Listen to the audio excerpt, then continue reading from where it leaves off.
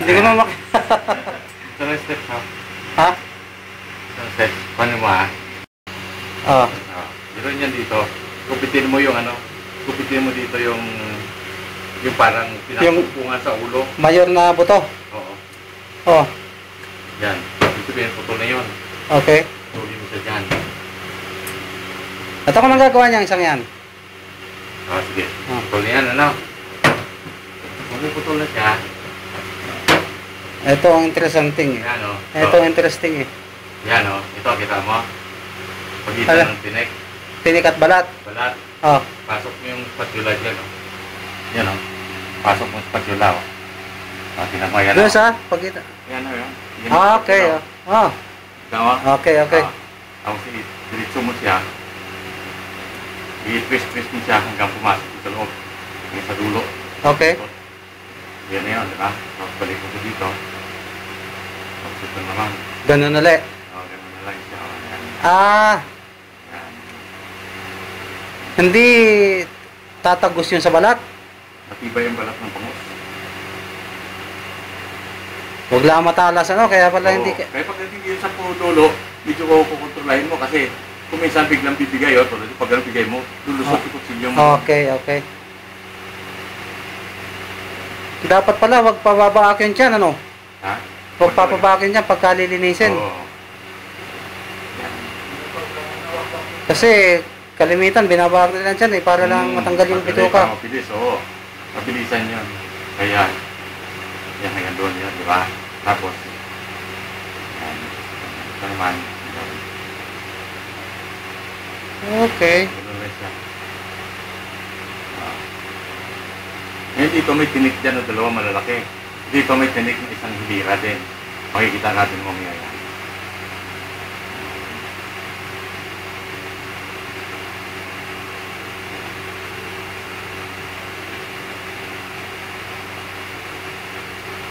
Yan, halos Hindi makalampas dun sa ano. Halos oh. Oo, buo na yan. Buo na yan, oh. Yan. Yung kabilang side naman. Sa taas. O, sa kabilang side naman.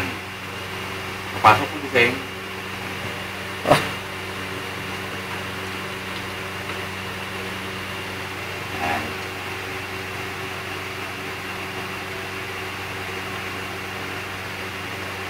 Ngayon, Ayan. dito, ano yun mo siya dyan na yung talagang buong-buo siya na mawala. Para madukot ng buo. Ayan. Ayan po ang pagtatanggal ng laman ng bangus. Ayan. Preparatory sa pag-relyeno. Para makapag-relyeno ng maganda. Tatanggalin ng buo ang laman. Gamit ang spatula. Ayan. Facebook. Ayan, no? Yang kamay na yan ay kay Mr. Ed Silojales.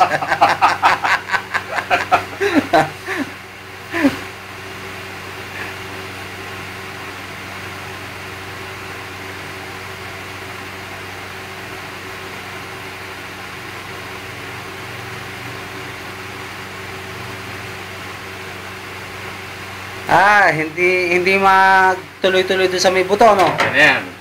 Okay. Ngayon dito, may tinik yan dyan. Pipisilin mo ito dito. Para, pag pinisil mo yan, mararamdaman mo, humihiwalay ang laman sa tinik. Tinik ng palikpik na yan. Sa pinakabatok niya. Oo, yun. Okay. Pag ginunin mo yan, makita mo yan, o. Ayan, naghiwalay na. Oo. Tapos dito sa puntot, ganun din yan. May tinik din dyan. So, i-press mo rin yan para maghiwalay. Eh, minsan may oras na tulad dito, medyo makikita mo parang matigas pa siya, isilin mo lang ganyan. No? Yan. Kasi dito, yan.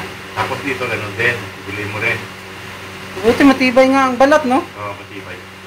Ngayon, pagkatapos niyan, kung para sigurado ka, pasok mong daliri mo, paikutin mo, para sigurado kang hindi na naka-join dito rito. Okay. Para hindi masira ang balat ng bangus.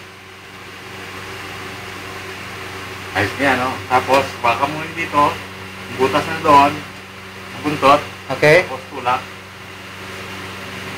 Wala stick. Para.